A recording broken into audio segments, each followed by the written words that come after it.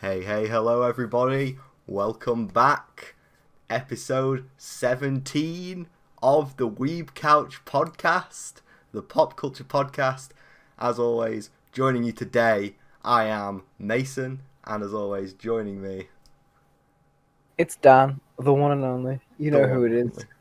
So, we're back to our regular style of reviews after taking a little bit of a 2-week departure to immerse ourselves in the Justice League universe.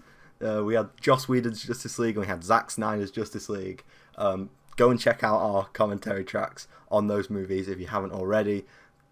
You can just watch the Snyder Cut one if you want, because not only is the Justice League a terrible movie, our YouTube overlords have pretty much destroyed the video because of monetization and whatnot. The Snyder Cut one remains untouched, so go and watch that one. But going back to the present, we're going back to our regular style of reviews. You know how it goes. We got all your anime, manga, comics, games, film, and of course pop culture news. It's all here. It's all happening in this podcast, so you better stay throughout. So, without further ado, we can just jump straight into our anime reviews. And Dan, take us away with your anime this week. So, I went back. I went into the past for my anime this week. It is called Great Teacher Onizuka. It's originally aired from 1999 to the year 2000. Pretty old now, 21 years, 22 years. But does it hold up? And I'll tell you now, it depending on your sense of humor, mine in particular, it does. In my personal opinion, I think it holds up. Nice. So, a bit about it. So, the anime follows the 22-year-old Eikichi Onizuka, sorry if I butchered it, who is an ex-biker gang leader, conqueror of shonen, and a virgin. Of course. Very, of course, yeah. And he has a big dream to become the greatest high school teacher in all of Japan. Strange dream, I know. That is a really weird dream. Yeah. However, this isn't because of a passion for teaching, but because he wants a loving teenage wife when he's old and grey. Oh. I see. You can see how old this is just from the intro. Okay, yeah. I've seen the intro before. Yeah. Still, for a perverted, greedy, and lazy delinquent, there is more to him than first meets the eye. And so we watch him get a job as a teacher, and it shows the his bond that he shares with his newly acquired students, and the pranks they pull, like the character development that he's able to pass on to them, because even though he's older, he's still quite young. You know, helps out with bullying, suicide, sexual harassment, that sort of thing. That some of his students face daily, but he's able to always support them and help with that. It's actually really wholesome if you I can imagine. That does sound pretty wholesome. Yeah. So story wise, I actually quite like the premise of the story. Like that initial hit of what he wants is kind of shocking to know. Yeah. But then once characters start coming in, it kind of just starts getting pushed to the side, and you actually emotional attachment is quite key, because that's plus how it's the anime works. It's exactly like that kind of just weird bonkers premise that sets anime apart from Western stuff, because censorship laws are way more lax over there, so they can just get away with the craziest stories. I love it. Art wise, I love it. I love how old anime looks. It looks it's very stylized in it, and I dig it. I do love the art style for this show. It's The absolutely designs are weird, but they're in a good kind of way, just because they hadn't gotten the style down just right yet. yeah, yeah, Similar to original um what's Evangelion, and also yeah. Akira, which we have recently We reviewed. have Go watch reviewed. our recent episodes. You better get on that. It's Yeah. a good movie. It Watch is it, a great anyway movie. if you haven't listened to our review of it. And now I want to take a minute to talk about the voice acting. I thought it was really good. Like, Did considering you watched it subbed, right? Or dubbed? I watched it subbed. Yeah. Of course, I did watch it subbed. I have heard that the dub is actually decent. Yeah. I mean, most old dubs are. Yeah.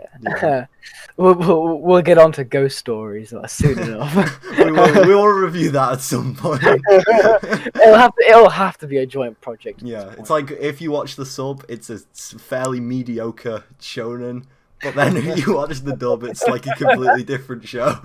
It is, but it's perfect. Yeah. It is great. Yeah, I actually really enjoyed the voice acting in this. I thought it was really good for like an older anime, and so I give it lots of credit for that, because in comparison to others, it's not the best. Yeah. Old anime doesn't have that kind of sound quality that we have now. Yeah, I mean, why do you think the original Dragon Ball and stuff has been re-encoded about 50 times? Oh yeah, totally. Because the originals just sound like garbage. Exactly. Now what I think is the main reason why it stuck with me with this anime is the characters that you can meet. His students are all great, right? There are obvious cliche characters of the bullies and that sort of thing, but that's actually what it was like 21 years ago. Yeah, totally. Yeah, but they have the main guy, Onizuka. He's so good. I love him so much. He's funny, vulgar, but also really caring and looks after every single one of his students. And his methods are so unorthodox, which helps tie into jokes really well. It's so good. I shall say one out of the many that I can remember. So this kid is getting bullied by two people, and so what the teacher does is he tells the two students that are bullying the other one to meet them at this park area, I believe, if I can remember right. And so they're waiting for him to arrive at the park. And then this biker gang shows up, right? And they tie up the bullies. Oh my god. They tie up the bullies. And then they're like, what are you doing? Just take our money and we'll leave. And then fucking Onizuka comes in. Then you realize that he called up his old biker gang. Oh my god. That's absolutely brilliant. And they pretty much are medieval torturing them by putting them upside down with rope and dunking them in water every so often. Jesus. After that, you're right. They never bullied him again. Yep. And I love it. It's so enjoyable. It's it's impossible for me to hate it. It's so good. And the openings, the openings are great. I love the openings. Definitely give them a listen to. So, I actually think, this may want me to look into some more older anime to watch, because I really enjoyed this. Definitely, you gotta pay respect to the classics, Of course. And so I would like to give my boy Onizuka an 8 out of 10. I really enjoyed it. 8 out of 10. Let's go. 8 out of 10. Let's go, boys. Alright. What have you got for us then? Well, I've got something not new, a little bit more recent, from 2006. Still pretty old. Yeah, still pretty old, right, by today's standards. Hugely famous. You've all heard of this. You all know what it is. Code Geass. Here it is. I've been waiting for you to review this, and I'm sure Jake has too. Yeah. We know a few guys who are much crazier about the show than I am. But it's still a great show. Let's be honest. So Code Geass. In case you somehow don't know, I will read a little bit of a synopsis off everyone's favorite website, My Anime List. In the year 2010, so This has already happened. In case you've missed it, In case you've missed the 2010s. in case you've missed it, in 2010, the Holy Empire of Britannia is establishing itself as a dominant military nation, starting with the conquest of Japan. Let's up the British. Renamed let's go, boys. Hold on. We did it. To Area 11 after its swift defeat, Japan has seen significant resistance against these tyrants in an attempt to regain independence. Lelouch Lamperouge, a Britannian student, unfortunately finds himself caught in a crossfire between the Britannian and the Area 11 rebel armed forces. He is able to escape, however, thanks to the timely appearance of a mysterious girl named CC, or C2 if you watch the dub like I do, who bestows upon him Geass, the power of kings.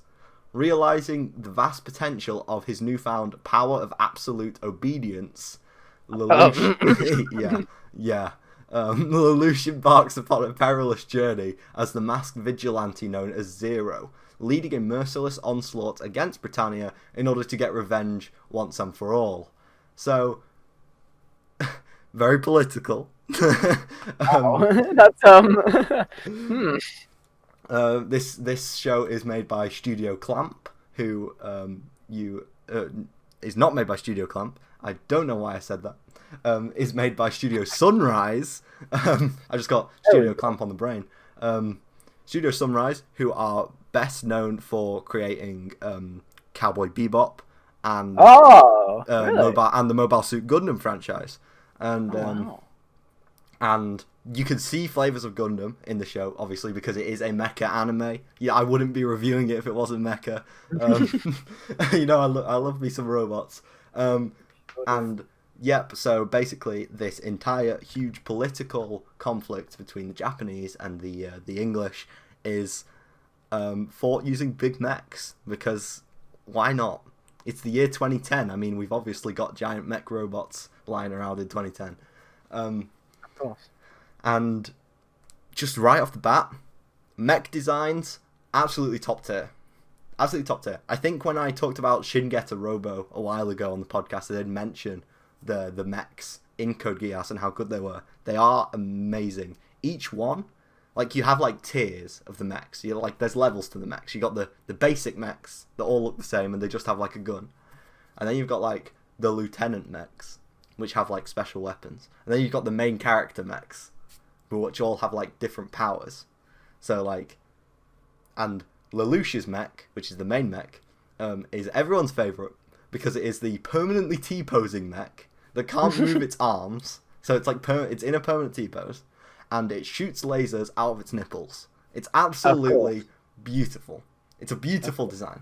Where else would you shoot them from? Exactly. In your hands? What? Just get out of here. He's T-posing. He can't use his hands. He can't use his hands. And the mech battles, all hand-drawn, by the way. There is no CG here. Partly because it's 2006, but partly because Sunrise know better than that. I mean, Gundam is all hand-drawn as well, apart from some of the more recent ones. But the mech battles look absolutely brilliant. Sound design is something I normally don't pay much attention to in a show, but the sound design for these battles, like, you can feel every like blow, like massive punch that the mechs are doing, like the laser sounds. It's just really cool. All the fights, brilliant sense of atmosphere, good sense of scale as well, because like obviously they're flattening cities and stuff. And it's like you don't really notice it in films like the Avengers movies where they just like destroy an entire continent in a battle. But like this show, because it is like more of a political look at the conflict, like it's an obvious like colonialism big bad show, and it makes use of that with like the consequences of these massive big mech battles. There's a lot of focus on the people who have been killed in the mech battles, who have been like made homeless, all that sort of stuff. Very profound stuff. That comes to more of like a head in the second season, which I won't really touch on as much because both seasons are 24 episodes each, so they're all like, it's like their self-contained thing each time. And in terms of characters, Lelouch is basically Light Yagami. I don't want to say he's a rip-off of Light Yagami because Death Note and this anime both came out in the same year. But the similarities are definitely there. He's the super intelligent, but morally ambiguous protagonist who wants to change the world, who like wants to make the world a better place, but he's doing it through like, you know, methods that would be seen as evil or immoral. Basically just killing a whole bunch of people. And Of course. but I would never say he's like likable. I know some people think he's a good character. I think he's a tad shallow. Like Light is a little bit shallow in Death Note. He has more depth than Lelouch. Lelouch is he's a little bit shallow, but he's fine as a main character. The other characters are where the series really shines though, because you have Lelouch's best friend / rival. You all know the trope in anime. Suzaku Kurarugi, who is essentially the opposite to Lelouch. So he was like Lelouch's childhood best friend. But when Lelouch grows up to inherit Geass, which gives him the power to, like when he looks someone in the eyes, he can tell them what to do. They have to do it, but it only works on one person. Like it only works once on each person. But Suzaku, so Lelouch Zero goes to fight against the British, but Suzaku wants to like change the system from within, so he joins the British army, and he gets his own mech, and the mech's really cool. It's called the Lancelot. It has a big lance, and it can fly, because not all of the mechs can fly in this. So the flying ones, like the aerial battles as well, really cool.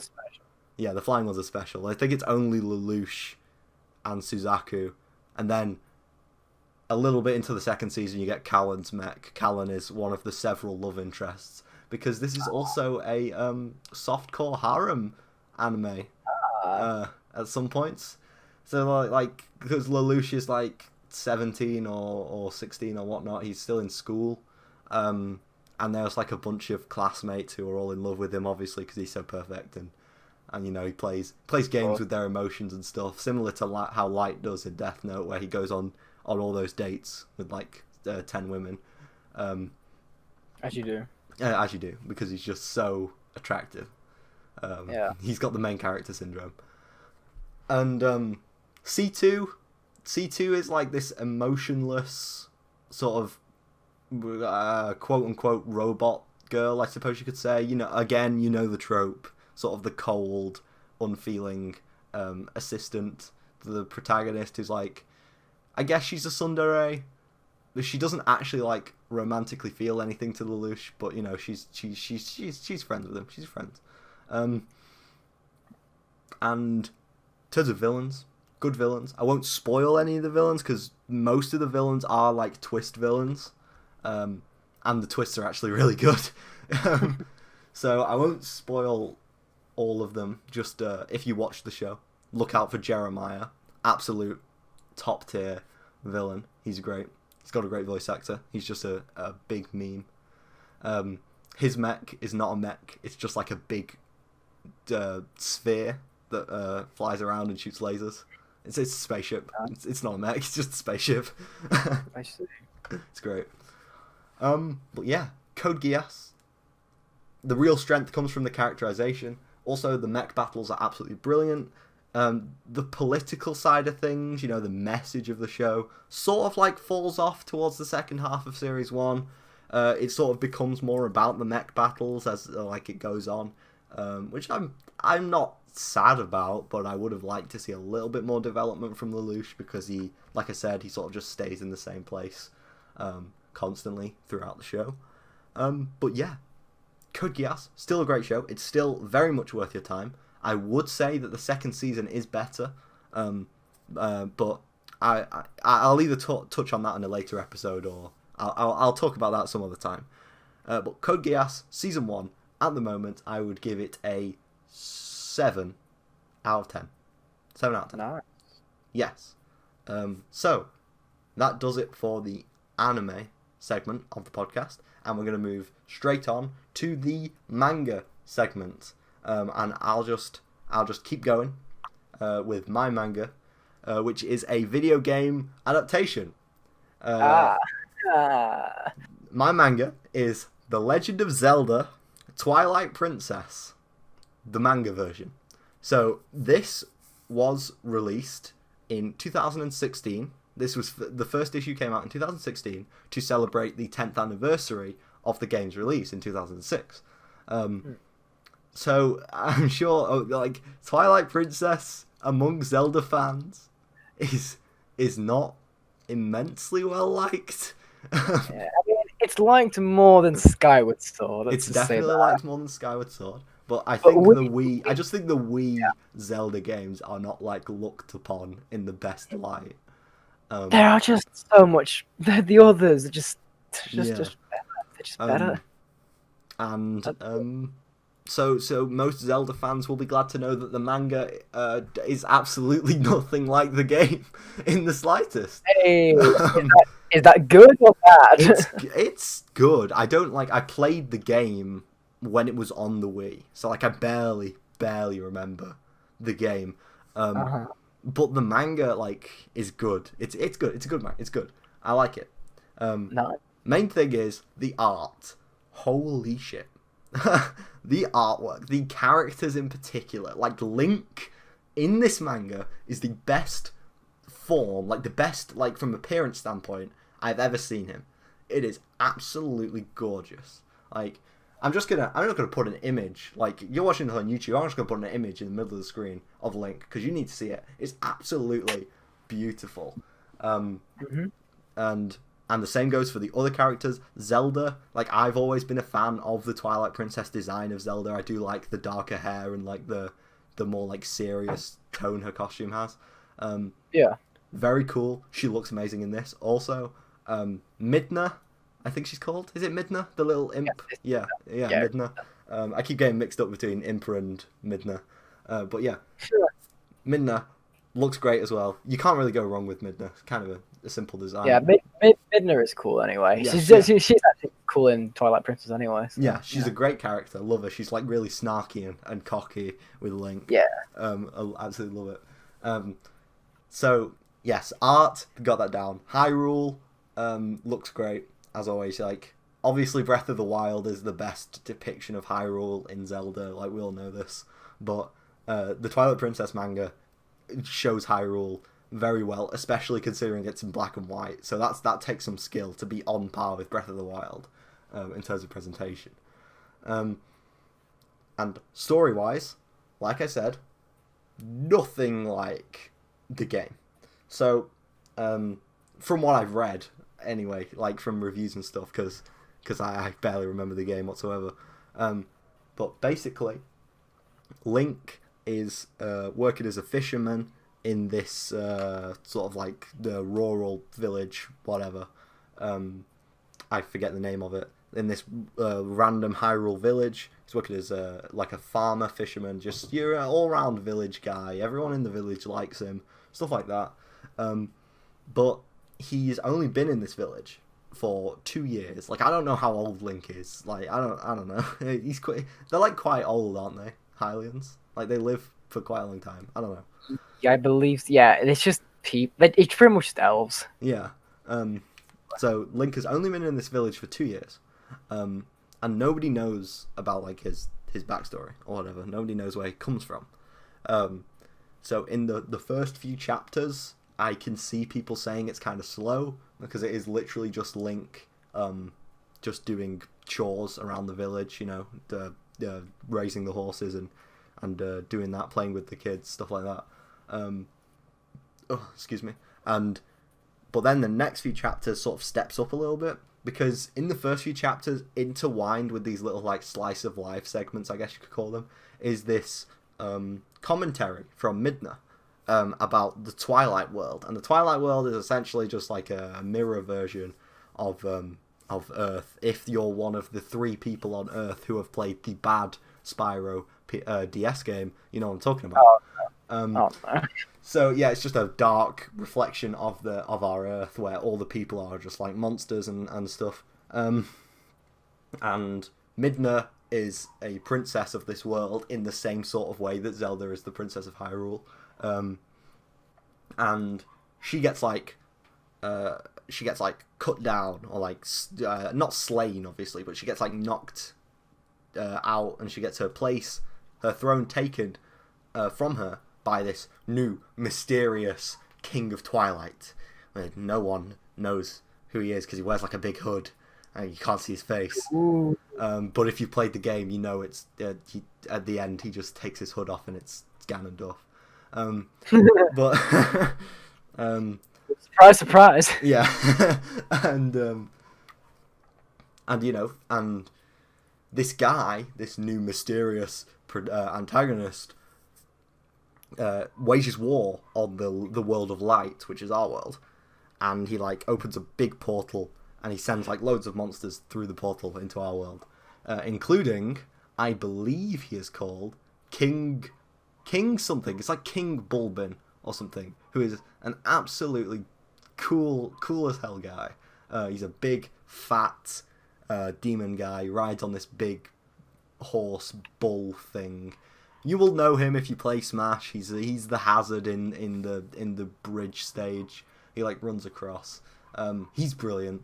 So he shows up, and that's basically like the first arc of the manga is Link fighting King Bulbin, or you know, Bulbo. I can't remember his exact name, but it's something like that.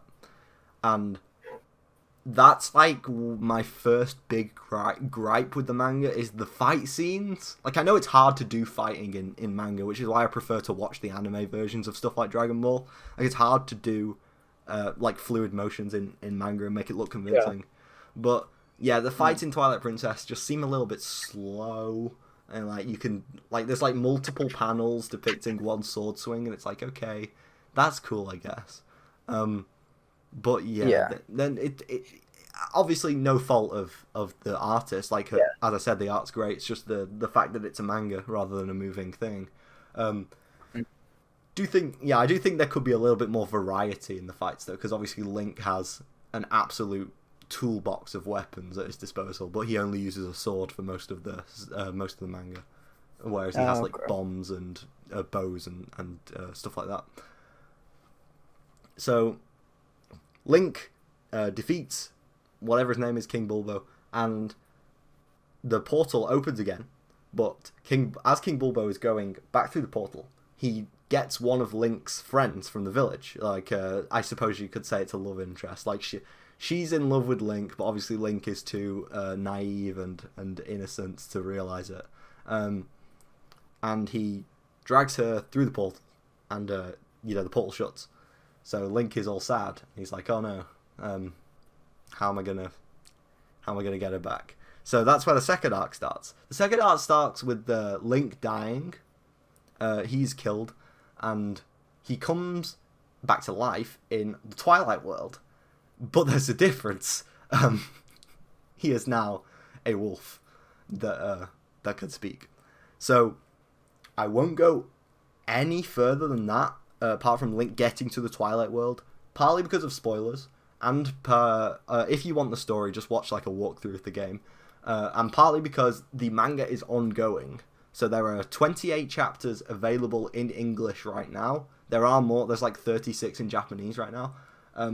But the manga is still going, so I would definitely recommend you pick it up if you're a fan of like Zelda, in any capacity. And since this manga starts with Link in this new location, like having a new life, I would say it's a good jumping on point if you ever wanted to get into Zelda and don't have the time to invest in the games. It's a short read, and it's good. I enjoy it, despite having mixed opinions on Twilight Princess. I didn't think it was that bad. But, Legend of Zelda, Twilight Princess, manga, I am giving an 8 out of 10. It's very good. Love it. Well, I wouldn't say I love it. I do like it very much. Just wish there's a little... But I would consider it. Yeah. I just wish there was a little bit more variety that Link used in his weapons and stuff, because... it's a nitpick, but, it builds up over the chapters. So, yeah. Dan, let's hear about your manga. Or should I say manhwa? Because it is not Japanese, it is manhwa. Korean. But, exactly. Yes. Let's hear it. That does not change the fact of how good this thing really is. Oh yeah. So speaking of very short manga, Mm. or that this what I picked is called The Horizon. It is only 21 chapters long. It's extremely short, but it's short and sweet. It is the perfect blend of that. So, a quick synopsis is it's based in a world that's been ravaged by war. And it shows a young boy walking down a lonely road in the aftermath of his mother's death. Is Don't. it the only one that he'll ever know? He doesn't know where it goes. We'll get but claimed. It's only him. We'll get claimed. But along its journey, he witnesses military tanks, dead bodies, and his beloved city in ruins. With his eyes clouded by anguish, he pushes himself to keep moving. But one morning, he meets a girl in an abandoned bus where he spent the night. Moments after their encounter, the area turns into a battlefield, and the pair escape into a long abandoned lane. The two strangers decide to walk together to the end of the road, thus beginning a companionship that will ignite the new hope inside their shriveled hearts. What? This is amazing. Mm. It's very, very good. It doesn't. Its story. It doesn't stray from the extremely bleak and devastating themes, but it also embraces them. Yeah. Like it knows what it's doing, which help propel the story like even more, with themes of like war, death, and hopefully later on, love and hope. So, pretty much the story itself, it's not anything really new, because the post-apocalyptic setting has been done before, i.e., Akira. Yes. However, the Horizon is able to differentiate itself from the way that the story carries itself. It doesn't just tell you what's happening, but it like guides the reader into its storytelling and atmosphere. It's very concise, but it's a very strong story. Yeah, that's very hard to balance as well, because like there's a lot of short manga which are really bad because they don't have time to fully flesh stuff out. So it's very hard balance to strike. Exactly, but this is it really well. Now, the main thing that I love this manga for, the art. Holy shit! Oh yeah. Simple yet complex. It's minimalistic but beautiful and can be complex sometimes. Yeah. It's similar to the way that I felt when looking at the landscapes from Akira. It brings me to awe. Yeah. But then it can like really quickly shift into like this dark and immersive panel in like the span of one page. Yeah. He's really it's really and it really agree. helps. Yeah. It really helps like boost this grim theme within the story. It reflects like what the story as a whole is trying to show. Really. Talking about the characters now, there really aren't many like notable characters. As they're not really fleshed out as like the main two characters of like the boy and the girl. Because, but I feel as though that was done on purpose. I mean, yeah, it does look like a very singular story, like only focusing on these characters. Yeah. Which is a good setup. Yeah, exactly. But these characters do feel extremely realistic. And you can tell just from their actions of like from like what's happened to them after this apocalypse, after the apocalyptic war that's been that went on, and you're able to just like see through their like actions, like their thoughts when going through this. It's not perfect, but it's what makes them realistic. Yeah. That's what it's able to accomplish, and I do like that. And overall enjoyment, that was really good. Yeah. Like, I'm not one to read long sorts of things. I can sometimes get bored if it doesn't drag me in well enough. But this, it's short, sweet, and it's to the point. It knows what it's doing, and it does it so well in such a short amount of pages. It does it really well. Yeah. Yes. Yeah, just to like circle back to the Go on. artwork that you mentioned, like I haven't read all of this, I've only read a few chapters of it, but just from the few chapters I've read, the lack of speech bubbles, thought bubbles, like as similar to a manga that I'm reading at the moment, Goodnight Pun Pun, there's no like dialogue boxes. All the dialogue is done like as narration sort of thing, at least in the chapters I read. And that sort of like really lets you immerse yourself in these big like sort of barely interrupted panels of just like this amazing, like whether it's the landscape or the characters. Like in chapter 2, there's like this great shot of them, of the boy and the girl in a field looking at the strange man which is the name of the chapter, and he's like waving at them, and it's just like such a wide shot, but it's so simplistic, and I just love it. I love the art in this series, and I for one will definitely read the full thing. Yeah, it is very, very good in that, and I just found myself just like re-going, like just looking back on a few panels, just like gawking at the amount of detail put into each of it. Like, it's very, very good. And so, I'm sorry, Onizuka, but I'm genuinely going to have to give this a 9. Oh my The God. best, almost the highest thing I can ever give something is 9.5. Yeah. And I'm giving it 9. Brilliant. I genuinely think, like, I don't throw a masterpiece out there because nothing is truly a masterpiece.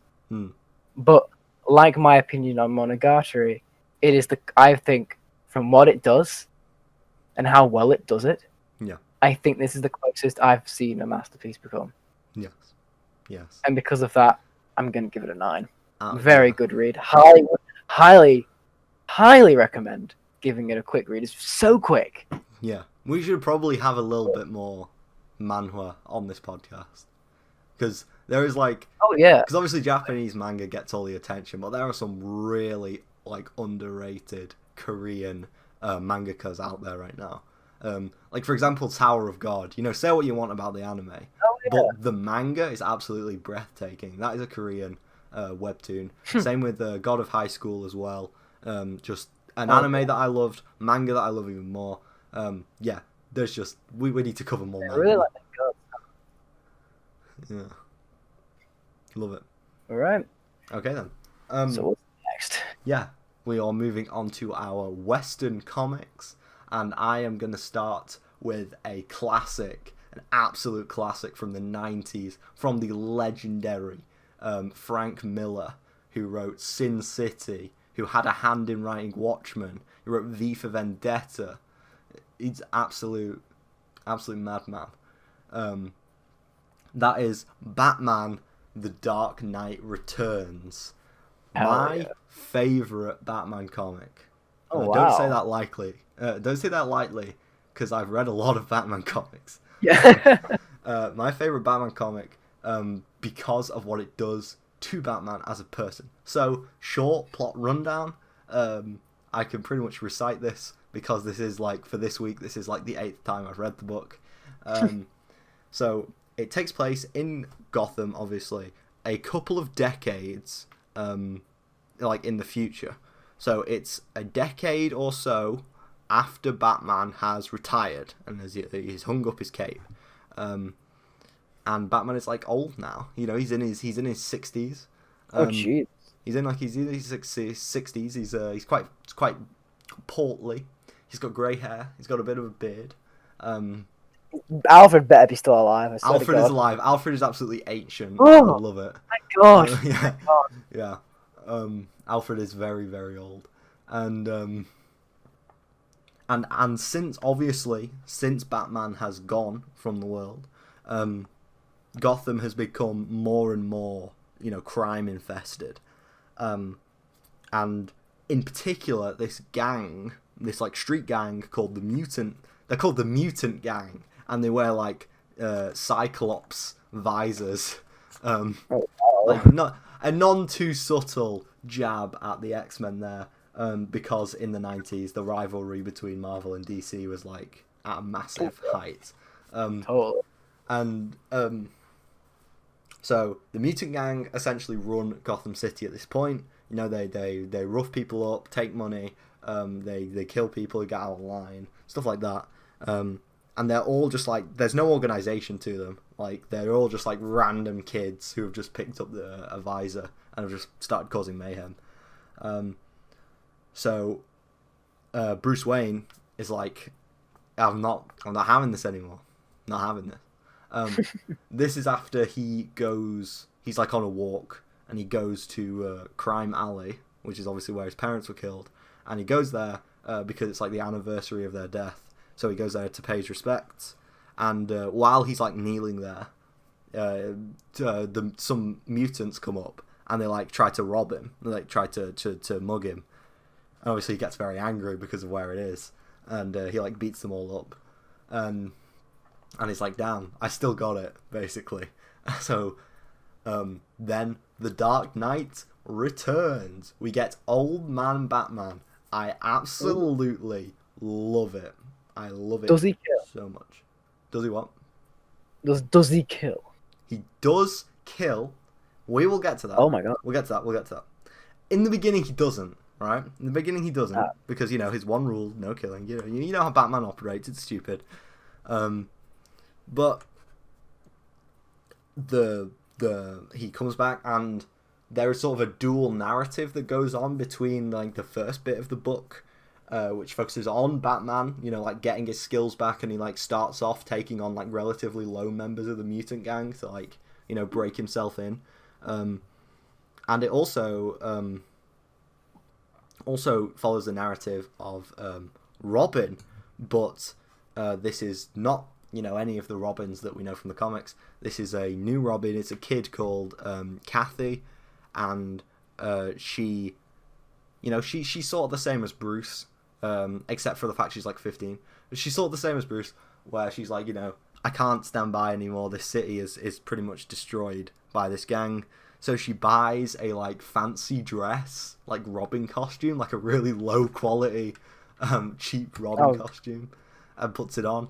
And she goes out and she like picks a fight with some mutant gang members, and they're like about to just completely destroy her before Batman swoops in, and he saves her. And then the book sort of goes like, Batman's like, no, I work alone. The last Robin I had got killed by the Joker, obviously that being Jason Todd. And he's like, no, you're not joining me and all that sort of stuff. But eventually the mutant leader comes into play. Mutant leader is like this big buff guy. He is actually a mutant. He's got like rats. He's got like rat's eyes and like really sharp teeth. Wow. It's disgusting. He looks disgusting. And he starts The Rat King. He's the Rat King. And he starts hunting, like, basically puts Commissioner Gordon, who is also still alive and very old, he like puts him up to ransom basically for Batman, and he's like, Batman, you gotta unmask yourself or I'm gonna kill Commissioner Gordon. You know, the classic. So obviously Batman doesn't do that, and he saves Commissioner Gordon, but during the process, as he saves Commissioner Gordon, he gets into a fight with the mutant leader. The mutant leader absolutely bodies him, because the mutant leader is like this jacked up, genetically modified monster, and Batman is like just an old man. So mutant leader absolutely bodies him, and it's up to Robin to save him. So the partnership forms. And then the final battle with the mutant leader is one of the most brutal things I've ever seen in a comic.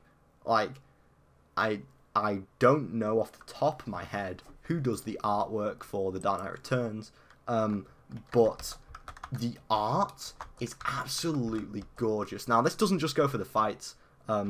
This goes for like the world building. Obviously, Gotham looks very decrepit and toned down. Klaus Janson is the artist. Klaus Janson is the artist for this book. After a quick Google, he is absolutely talented. Haven't heard of him in anything else. I hope he's still getting work because he's absolutely super talented. Everything looks like there's this real punchy, realistic art style to the things, to everything, to the world, to the characters. And this final fight with Batman and the mutant leader, it's so brutal. Batman has 3 batarangs in between his fingers, and he's punching the mutant leader in the gut with them and stabbing him with them. And he starts off the fight, right? This is the coolest thing I've ever seen. He starts off the fight by flicking a mini batarang at the mutant leader, and he hits him in his forehead, and he bounces off. And the mutant leader's "Oh, was that meant to kill me?" And Batman's "No, it was just meant to blind you." Because the spot Batman had hit on the mutant leader's forehead contains a really big vein or artery or whatever. So it starts massively bleeding, and he literally can't see because of the blood. It's the coolest thing ever. Christ. Coolest thing ever. And then Batman just completely. Batman does kill the mutant leader in the end because he's so angry with him of what he's done to Gotham, and that's a turning point for Batman in this book. There are 3 of these, and I will probably talk about the other 2 in subsequent weeks. All are great. And Batman: The Dark Knight Returns. It is Batman is a lone gunslinger in this book. He fights dirty. He tricks people. He's very brutal. He seems very selfish. He's not really in it to save people anymore. He sort of just wants to prove to himself that he can still do it after all these years, which I really like that aspect of his character, because it's without fighting crime, where is he as a person? And it's very cool. Look at the character. Two-Face is in this as a minor antagonist. Very cool. He sort of gets plastic surgery to fix his face, but then it's he's lived with the 2 personalities for so long, he can't live without the Two-Face personality, so he burns his face again and returns to evil. Really cool. I just like Two-Face, so it's cool to have him as a little minor villain. But yeah, my God, man, pick this book up if you haven't already. Pick up one of the many editions, because you get artist editions with the concept art and the black and white sketches, all that sort of stuff. Really cool. I have the edition with Frank Miller's commentary on his creative process. It's so interesting. Absolutely love Batman: The Dark Knight Returns. If you don't want to buy the book, if you don't want to spend time reading the book, because it is 400 pages long, it's a real epic. There is 2 movies. There's animated movies, which are really good. They're just as good. Absolutely love those films. So obviously the first one adapts the first book, and the second one adapts the second book. There is no adaptation of the third book, because it is sort of its own thing. It goes off on a tangent. Still good, but not in the same sort of storyline. But yeah, Dark Knight Returns, I am giving this 9.5. Giving this 9.5. No, I could give it a 10. I wish I could give it a 10. if you want to hear me give it a 10, stay tuned for next week. Let's just say that. Oh. Because as good as this one is, the second one is better. But we'll get on to that next week. Now I've talked enough. I'm gonna pass over to you, Dan, for your comic. Yes. So, I had never heard of this comic before, ever. Like ever. I'm not a big fan of just comics in general. However, when Mason sent me Usagi Yojimbo, I realized how well known he was in the comic community. He's sort of a cult favorite. How long he's been going for? Is he still going to this point? They are still making. I thought it was. But very well known, and I was delighted to read it. But it did come with a few strange things, which I'll get into. First of all, let's stop beating around the bush. The anthropomorphic animals. Yeah. Those are the characters in this comic. It was strange for me to adjust myself to this, just as it was in Beastars or what is it, Zootopia, that sort of thing. Yeah. But once you look past that, just they are animals, then the characters just feel human anyway. Yeah, it's exactly like Beastars. Yeah, I was able to look past their designs, and was just able to still enjoy their characters altogether. So pretty much, after the death of Lord Mifune in the Battle of Adachi Plain, retainer, this name, Miyamoto Usagi, there we go, chose the warrior's pilgrimage, becoming a wandering ronin in search of peace. Practicing the warrior code of Bushido, Usagi avoids conflict whenever possible, but when called upon, his bravery and fighting prowess are unsurpassed. I'll just say the main thing, once again, the main thing that struck me was the art. Oh, yeah. It's very unique. Yeah. It's strange. I don't know whether I'll love it or just like it. It's a weird mix between that. Like, I adore the amount of detail put into it, but I'm not the biggest fan of cartoonish looking characters. I'm not the biggest fan of that sort of genre. So I appreciate the detail, but from a personal standpoint, it's not the kind of art style for me. But I'm sure most will either agree with me or, will come say the opposite and say they loved it or hated it. It's a matter. I do really like the art style personally, but that is literally just because I'm the opposite to you and I enjoy more cartoony stuff. Exactly, that's what I'm saying. The story, though, short stories, they're really cool. I actually really liked what they did with this character.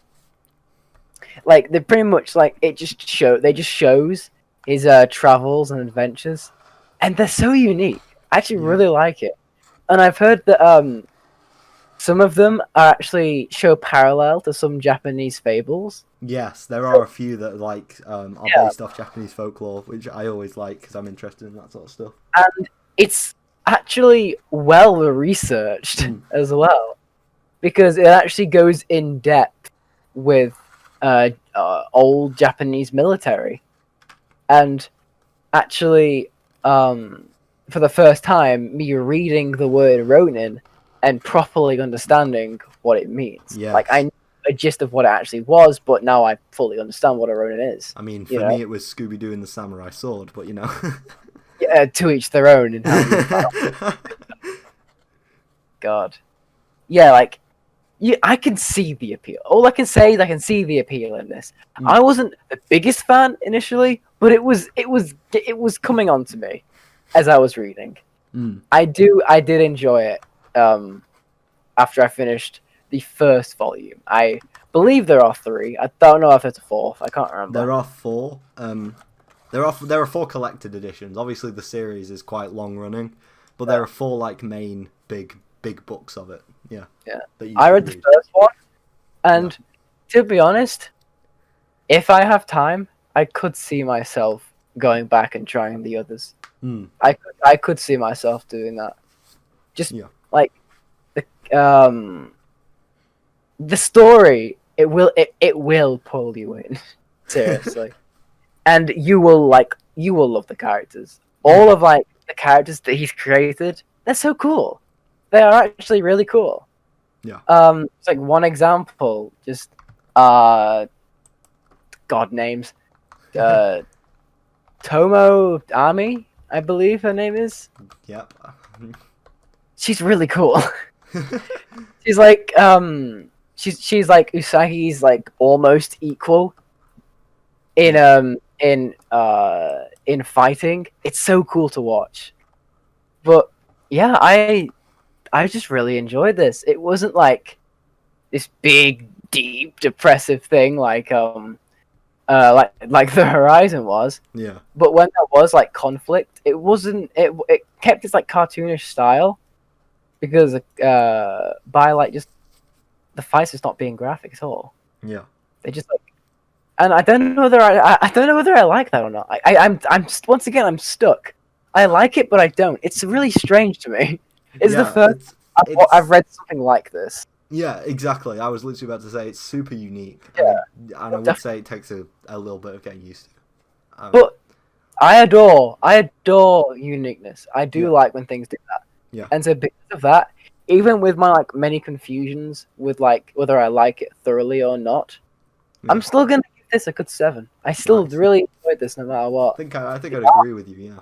Like the art is good, characters are good, and it's just fun to it's just fun to read. Yeah. It's just a big old bunch of fun. Yeah.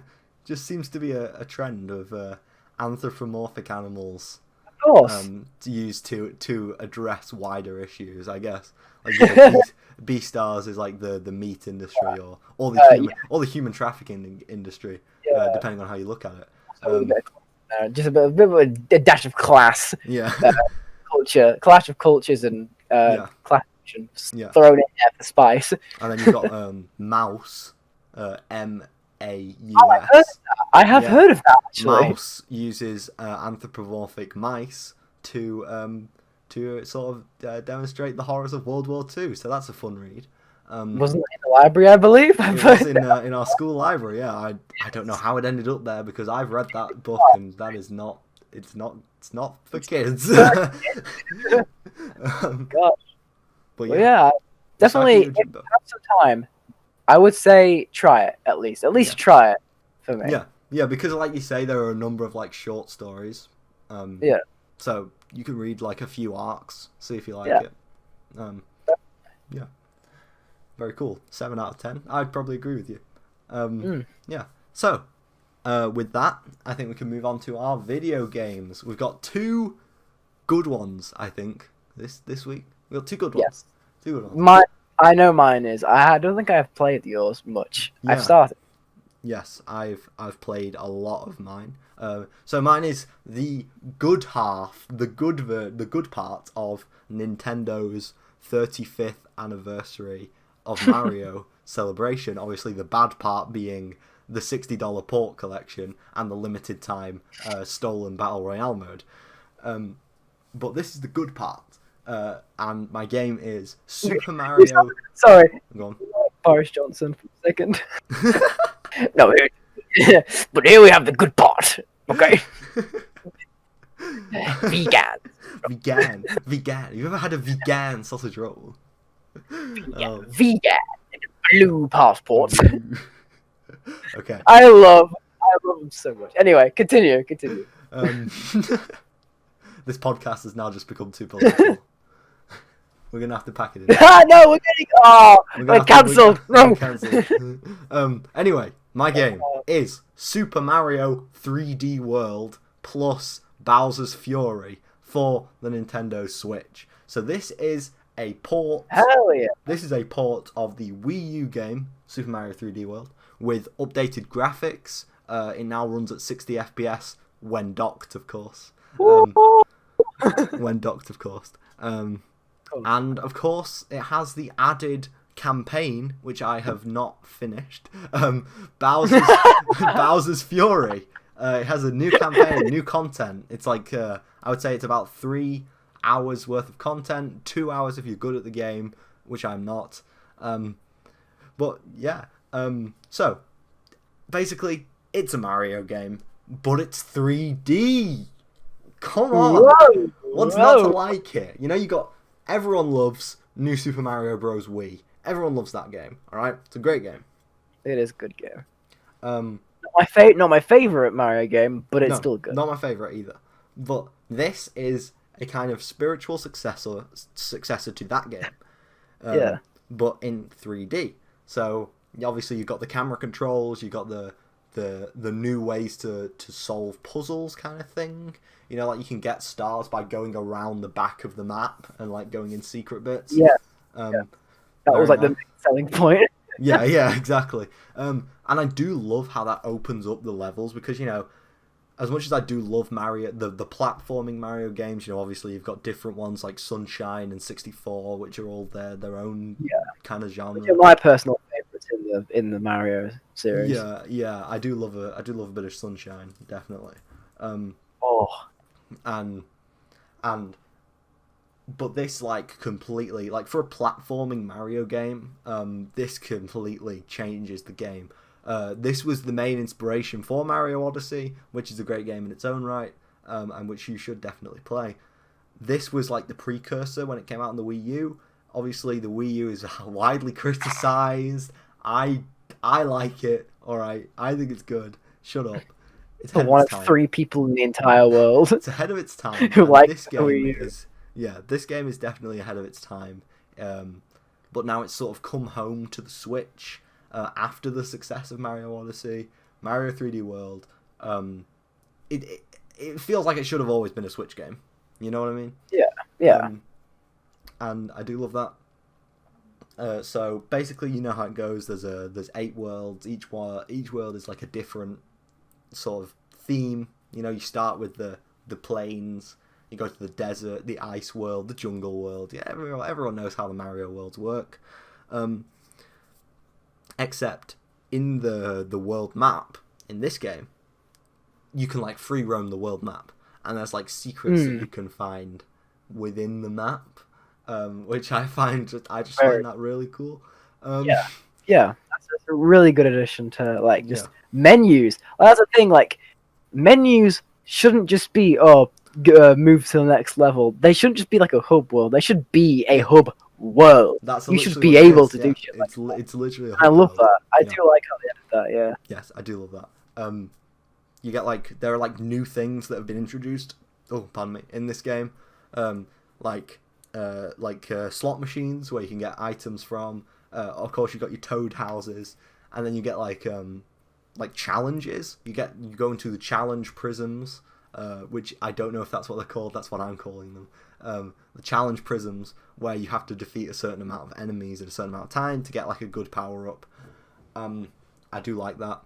And one thing I think is lacking in the hub world that Mario Bros. Wii had is like the item storage bit.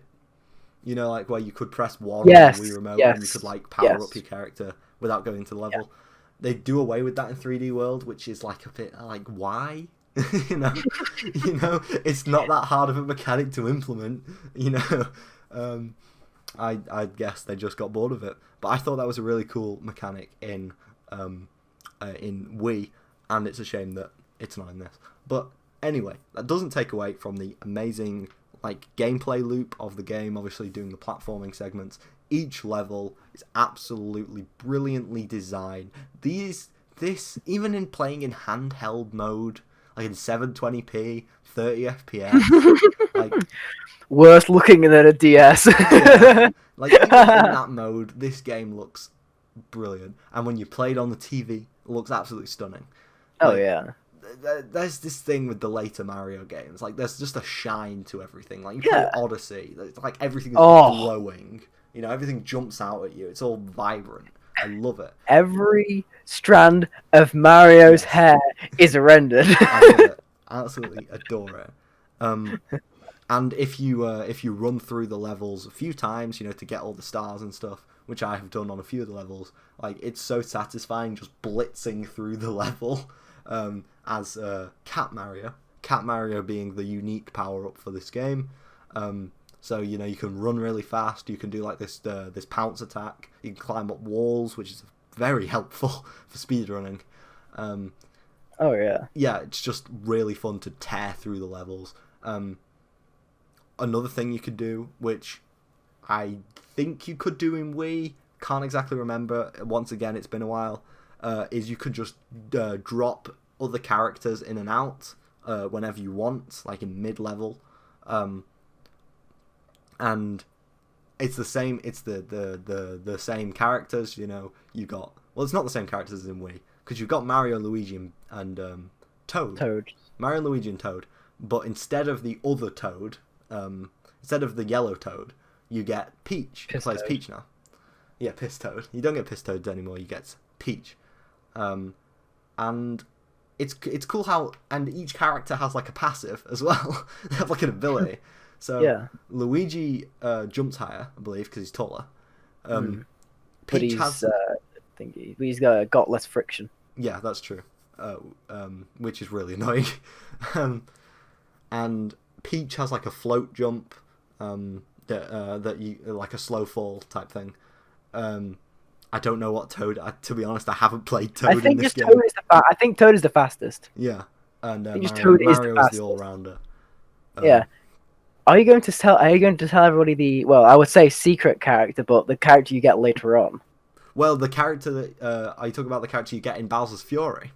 No, actually, I'm talking about later on in 3D World when you go into space. No. I know the game's quite old. I know it's a Wii U game, but that is actually really cool, and I don't really want to spoil it. That's fair enough. It's a really cool character. Yeah, all we'll say is you get one more. Yeah, one more. You get one more. But so that's the base game, obviously. Moving on to the DLC, which I will talk a little bit on because I've not finished it. Bowser's Fury lets you play as Bowser Jr. First time Bowser Jr. has been a playable character, I believe, maybe. Super Smash Brothers. Yeah, I mean in a Mario game. That doesn't include the Olympic games as well, because I know you can play as him in the Olympic games. Of course. But yeah, I believe this is the first time, probably, and he's great. He's great. The clown car is really funny to control. He's just like a better Mario. Like, well, he's not better. He is different than Mario, but he is more fun to play. I rarely played as Mario when I was playing through that mode, except for the parts where you have to be him for like the puzzle bits. Yeah.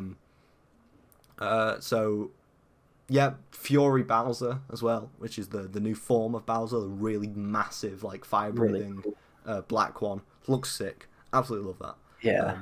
Fury Bowser skin for Smash when. Yeah. Can't fault the game from a design standpoint as well. It's the same as 3D World. Very vibrant. There's like a number of different locations, like new locations that you can go to. There is you revisit a select few of the old games locations as well, but obviously they've been like changed because of Bowser's Fury.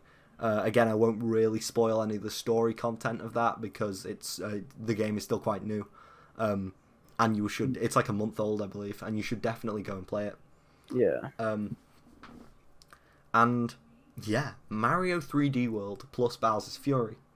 I would say for a port, and I'm notoriously against charging high prices for ports. Absolutely despise the practice. So I would by default say it is not worth the 50 quid. I would say it's not worth the £50. But if you somehow happen to get like even the smallest discount, like to like £35 or something, I would say get it, because like it's super fun. If you didn't play it on the Wii U, which you probably didn't, play it now on the Switch. It is definitely more at home on the Switch. Definitely fits into the Switch roster a lot better. and you don't have until like I think it's like in 3 days or 4 days. Like that's when the Mario online game gets locked. That's when you can't buy physical copies of the port collection anymore. So yeah, great.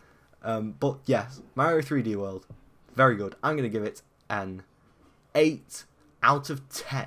It's nice. Super fun, super enjoyable. I really like it. I just wish that the base game had a little bit more added onto it to justify that price tag. Obviously, I know you get Bowser's Fury, but at like 2 to 3 hours doesn't really justify that price tag, in my opinion. Yeah, that's fair enough. Fair enough. But yeah, still a great game that you should definitely play in some form or another. I have seen from like gameplay standpoints of Bowser's Fury that it's like if Odyssey, Sunshine, and 3D World had a child. Yes, there's definitely Sunshine elements in there, and I love that. There's definitely a lot of Sunshine inspiration. Yeah, I would have thought that is our Sunshine too. Yes, like yes. Not the port. Just play Bowser's Fury. Don't bother with it. Yeah. Really fun. Ooh. Okay, moving on to your game, Dan. We got a big one. Yeah, we do indeed. The big boy himself. The franchise that is known for having just great games all around. Many consoles, both handheld and also whatever the other version are. I don't know, static. Home consoles. Home consoles, yeah.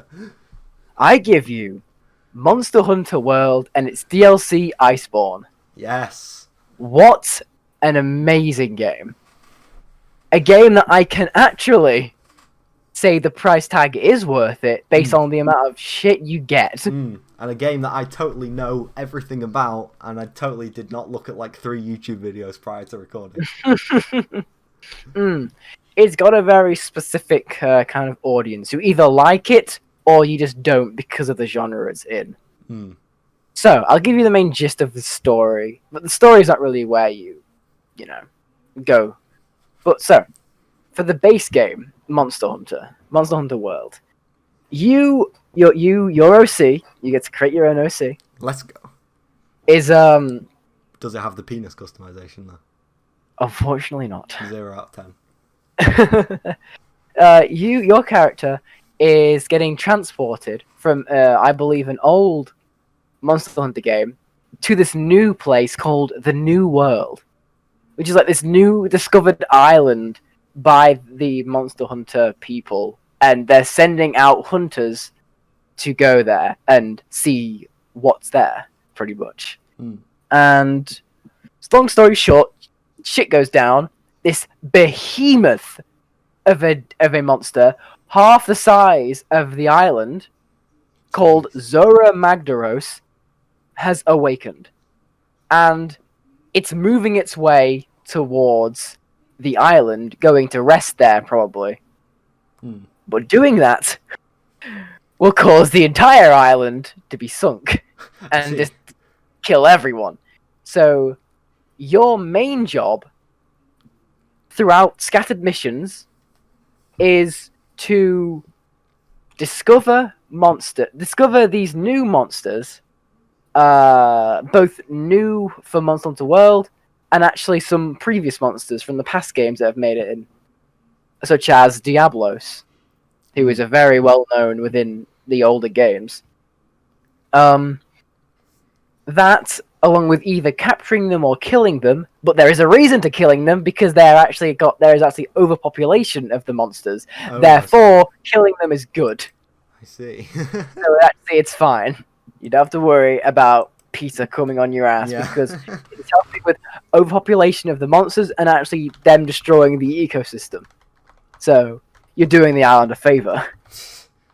So yeah, scattered around the missions, you have killing and capturing normal monsters, yet also defending the island from Zora Magdaros.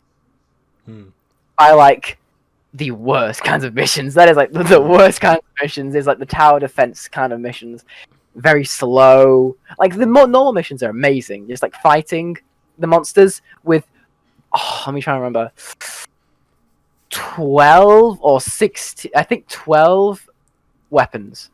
You get to choose from 12 weapons, I believe, around that number. Hmm. And there is a lot of range. You have a great sword, which is like a buster blade from like Cloud Strife and Berserk. You have a bow gun, which is like a medieval version of a gun. Like both light and heavy versions. You have a lance, a gun lance, which is the most anime thing I've seen. That's the one I used when I played one of the 3DS ones. Yep. Yeah. Then you have the insect glaive, which is one of my mains, where you fly around and put on buffs and debuffs. You have the Weeb sword, the long sword, which is just a big ass katana. Of course. Or whatever, like an orochi or whatever it's called. Yeah. Then you have sword and shield, Rip sword and shield. It was good in the older games, but they got rid of the main buffs, the reasons why you would play them. Oh. Yeah, big rip. But then you have not combat axe, switch axe, which is a morphing weapon that switches from an axe and a sword. Very anime. Yeah. And the charge blade, which is another morphing weapon, which is probably the most popular because of the amount of damage it does and just how cool the system works on how you create the most amount of damage with the specific combos. There are combos in this game, I must say. Wait, really? Some weapons do require you to know combos in order to like get off the best amount of damage. Otherwise, your character will just stop because they won't know what to do after it. But yeah, each weapon is so unique in how they do it. It's really good. It's very rare. There's a wide range of weapons, so you'll find something you'll like. That's why I know Monster Hunter. Like when I think of Monster Hunter, I just think like hundreds of classes. Yeah, the amount of like builds you can do with the kind of armor that you get from the monsters you kill, and the weapons you can make from them. It is so expansive. There's so many things you can do. Yeah. And it's very the base game itself. I would genuinely give like a 7.5 out of 10. It's really good. Yeah. And like the monsters that they made new in there, Nergigante, one of the newest ones, really cool. Like has like lots of thorns all over his back and arms that like if he throws his arm into the ground, they shoot out. Oh, and there's like a dive bomb attack that like you can see. You can watch him fly in the air. He's like shoulder barge from the sky. It's so cool. And I will not spoil the final boss because it's very cool. Yeah. But once you defeat that, then the game's over. There isn't much other than like just getting getting better builds by just killing more of the same monster. And doing like optional quests. There isn't much left in the game. That's where Iceborne came in and thought, about this. You know what? Let's double the size of the game and give it a second campaign. Yeah. Pretty much even more so, we find yet another island called I can't even, God, it's been so long I can't even remember its name. I think it may be Astera, I think. I can't remember. It's an ice world. What a surprise! That's already cool. Like that's already cool. they've added new stuff, as in like new mechanics in like being slowed in the thick snow, and having to drink hot drinks in the snow. Otherwise, your stamina bar will deplete. Like the max stamina you can use will deplete. That's so cool. Yep. New monsters. It's like once again making new ones, but also bringing back fan favorites that we've been waiting for since the base game. Oh wow! That we were surprised weren't in there. Like they brought back one of my favorites, which is Glavenus. Glavenus is a T-Rex, an armored T-Rex. That's tail he sharpens with his teeth to form a sword or a blade. God. Oh my god! It is, and he has a Beyblade attack where he spins himself around, just like whips his tail around with him. He is so cool. And pretty much this new Elder Dragon, as well as like the Elder Dragons that were in the base game, is like terrorizing the it's not as big of a threat as Zora Magdaros, but it's still a big threat in that it's a new Elder Dragon that's gone rogue, pretty much. Oh, did I tell you that Nergigante, the new monster, is known as the Elder Dragon Eater? Oh my god. It's Elder Dragons and eats them. That's just so that's so extra. Yep, it is. It's so cool. All the designs of the monsters are amazing. Even the earlier looking ones, they're so cool. And they're variants. Some monsters have variants. Like, you have Puke Puke, then you have Coral Puke Puke, who was found in a different area of the base game, and has, like, different attacks and different visuals, which is pretty cool. Oh, wow, yeah. And it's so cool. Like, the things that they add in Monster Hunter World, there's so much. Once again, another big boss at the end that you fight, which I'm not going to spoil, but I will allow it to move on to my a tier list I've made. Not tier list, but my top 3 monsters to fight. Pretty much, one of them is the classic Devil Joe, who is well known within the Monster Hunter community. He's been around for a while. Pickle Boy. You know him. He's just as good to fight as the previous versions. He's just as rugged, just as difficult. He's really fun. Another one, Glavenus, which I talked about earlier. Oh yeah. Very fun to fight. Yeah. Extremely fun. And then the final one, I won't tell you their name, but it has phases. Oh, now that's always great enough. Well, it's not always great, but it's mostly great in the boss battle. Just like the original base end boss, it has phases, and which has a stage change as well. That's all I will tell you, but it's very, very good. Yeah. And the gimmicks that you have to go on him are very good. Yeah, let's just say he's probably as big as a mountain. You are probably the size of his hand. Oh my god. That's all I have to say. Very big. And my favorite monster, probably of all time within this series, within Monster Hunter World and Iceborne, is Namiel.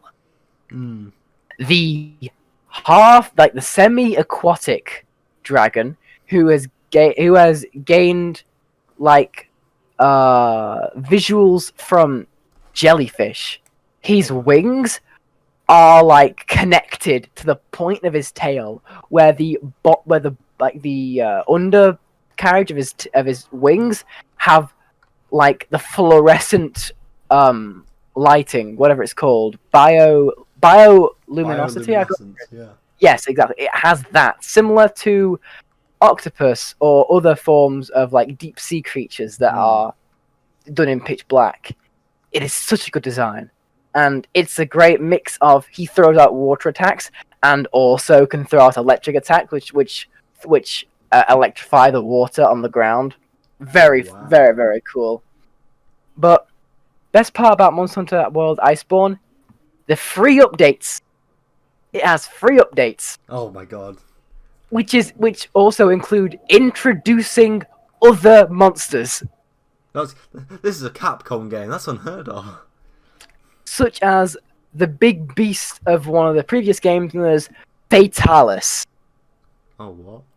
Which is a big, classic-looking black dragon. Oh my god.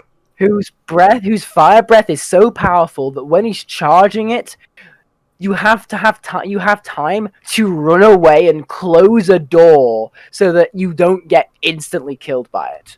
Oh my god. It's a very cool. I'm so sad that they finally finished updating the game to focus on Monster Hunter Rise, but I do appreciate it. I do appreciate what they're trying to do, because this game has been around for a decent amount of time. Yeah, but it is. Genuinely, I love this game. I genuinely love this game. I sometimes pick it up with Will, just kill a few monsters. It's just fun building a build and seeing how well it does. Because it's so fun to do that. And they have references to other Capcom stuff. Just like Final Fantasy. They have you fight the behemoth. yeah, I heard in about that. Monster Hunter World. Which is one of the hardest monsters you have to face, because it's a it's a Final Fantasy boss. What more can I say? Mhm. But I would highly recommend getting either the base game or the Iceborne. They are both very good in like just good Monster Hunter games. If you like this, just not cartoonish style, but like not necessarily properly like realistic, but it's a mix. It's a mix of cartoonish like looking models with how the monsters look with like the realistic looking graphics. Mm. That's how I see it, and it's a very good addition to the Monster Hunter franchise, and definitely see myself going back to it whenever I have enough time. So I would highly recommend this game to anyone, and I shall give it a solid 8.5 out of 10 with Yes. Monster Hunter World and its DLC Iceborne. I Yes. recommend this heavily to anyone. Very I good will, game. yeah, and I will definitely either pick up Rise for the Switch, or I will pick up World for Yes. PC. I have heard Rise is good Yes, as well. I've heard it is good. Mm. Yeah, Monster Hunter is just a game I've never gotten into really, but I've only played the 3DS. I think it's Generations. Yes, there are a few Monster Hunter games for the 3DS. Yeah, I think Generations that's is one, which Generations. I have as well. Yeah. I actually have that on my 3DS too. Yeah, but yes, Oh, yeah. Monster Hunter World does look very good, purely from the creature designs alone. Very cool. Hell yeah. So, with that, we will move on to our film of the week. This is a sort of spiritual sequel, spiritual successor to a film that we have already covered on a previous episode of the podcast, that being Guy Ritchie's Snatch. That sounds awful when said like that. But, sure does. the film we are reviewing this week is Guy Ritchie's The Gentleman. Wow. Okay. I will just run you down a tiny little synopsis. Mickey Pearson is an American expatriate who became rich by building a highly profitable weed empire, we'll say, to avoid the monetization. A highly profitable empire in London. When word gets out that he's looking to cash out of the business, it soon triggers an array of plots and schemes, including bribery and blackmail from shady characters who want to steal his domain. Now, that doesn't sound like a good hook for a movie. Like, what are you even doing? You know? You're wrong. Yeah, you are. Yeah, you're just wrong. This movie is one of the funniest films I have seen that has been made in like the past 5 years. Like, there's such a lack of good comedies like recently. Oh yeah, totally. But this movie is absolutely hilarious. Like the way Snatch was hilarious as well. Like the dry humor from the characters. Yeah. Just totally. Absolutely love this film. So it's got again, like Snatch, has a massively, hugely famous cast. You've got obviously Matthew McConaughey as Mickey, the main character. He does very well. He slips into this role perfectly, I think, as an American who's been living in Britain. It's like really weird to hear him use the slang and stuff, but he sells it. He sells it that he's lived here his whole life. And yeah, Matthew McConaughey is just a great actor. You know, Interstellar is like my top. Yeah. Interstellar's in my top 10, and his performance is just brilliant. Yes, you also got Colin Farrell as my favourite character in the movie. The coach, who is like this Irish. He like runs like a boxing gym for, you know, disadvantaged, you know, like out of their luck youths, you know, keeps them off the streets sort of thing. It's kind of wholesome. And he gets all wound up in this big snafu, you know, this big you know, situation that's going on. And that's what this movie is at the heart. It's just an event goes off. I'm trying not to spoil anything, but an event happens. Yeah, it's very hard. To Yeah, it's spoil it. really hard considering the plot is like it's like surprisingly complex.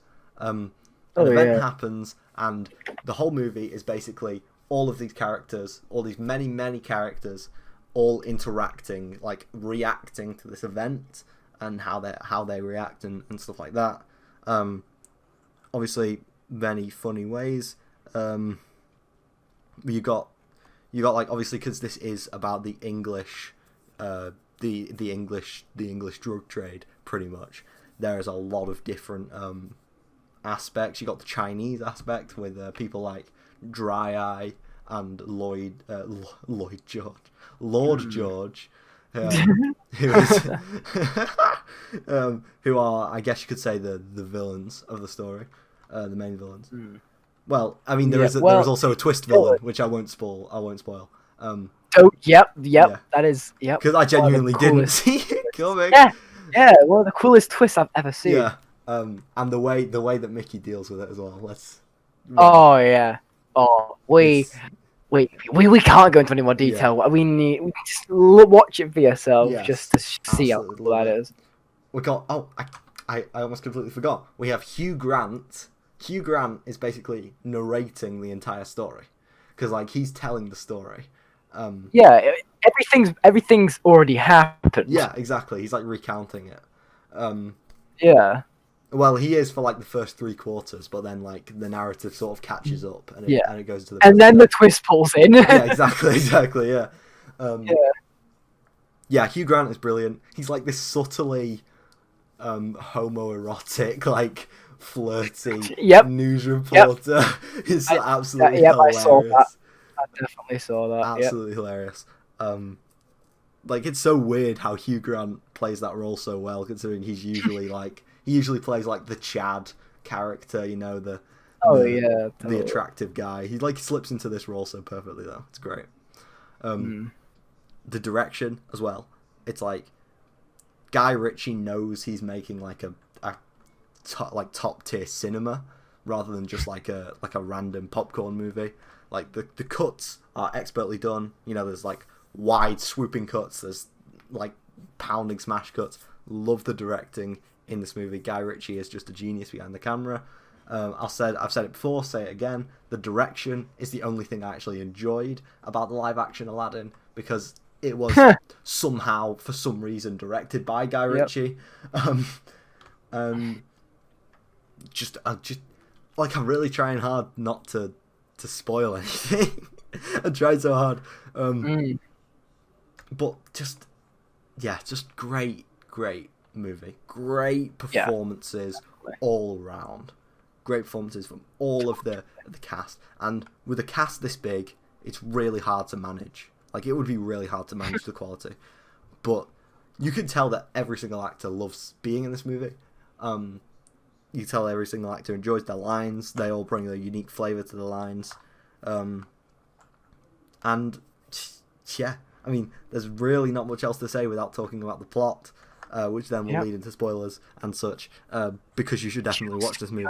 Watch it. Watch the movie. You won't see the twist coming, guarantee you. No, you won't. See it coming. Unless you've been spoiled. yeah, exactly. Other than that, though, you'll never see it coming as the Joker, as the Joker from not DC, but the greatest persona on original Xbox. Yeah, of course. Yeah. But yes, I was about to say Persona 5. No, The Gentleman. Is it better than Snatch? I would say no, but that is But it's very hard. Yeah, that's a tough bar.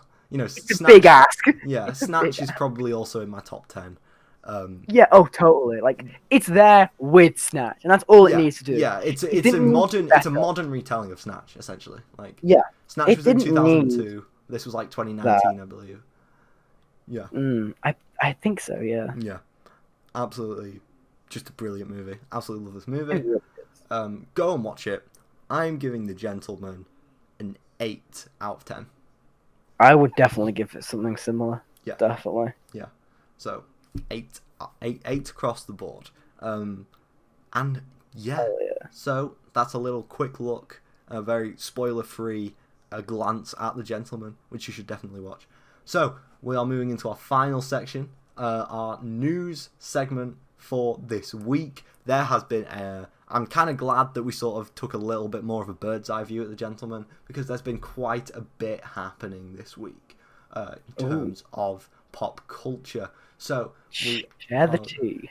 We are gonna spill the tea. We're gonna jump straight into our gaming news, because there was a showcase this week. It seems like there's always a showcase. There's a showcase every other week nowadays. Obviously, since E3 has been like reduced, and Comic-Con has been reduced, and everything. So there's like less opportunities for big public showcases. So companies are doing their own private showcases all the time now. So this is this was like a more public one. This was the Future Games Showcase, which took place last Wednesday. Got a look at a bunch of new games coming out. To be honest with you, I did watch this showcase. To be honest with you, not that much new footage. Like, we will touch on... I will highly encourage you to watch the live stream yourself. It's like an hour and a half long. I will highly encourage you to watch it yourself. But we will touch on the games that had like significant things shown, like significant gameplay or significant announcements. Yeah. Because there, like, for most of the games, there was really not that much that we hadn't already seen before. But yeah. So, Future Game Awards, really quick. Life is Strange, True Colors. Ah, yes! Life is Strange 3. Oh my god. It's coming. It's coming. And it's coming soon. It's coming in summer of this year. So... Wow, that is soon. That is soon. It's a very short turnaround between the first trailer coming out. I think the first trailer came out like a week and a half ago, and now we got to see a bunch of gameplay at the future game showcase. Now, from what it is, it's a Life is Strange game. You know, sort of walking sim, story based, puzzle solving, all that sort of thing. Very just looks as good as the other two are. Mainline entries, rather. I haven't played the spin-off yet, but I will. And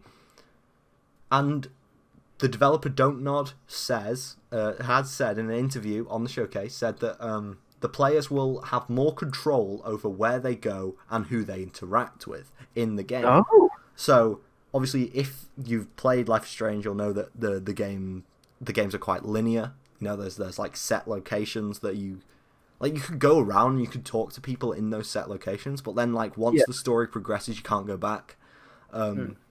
So will this be open world?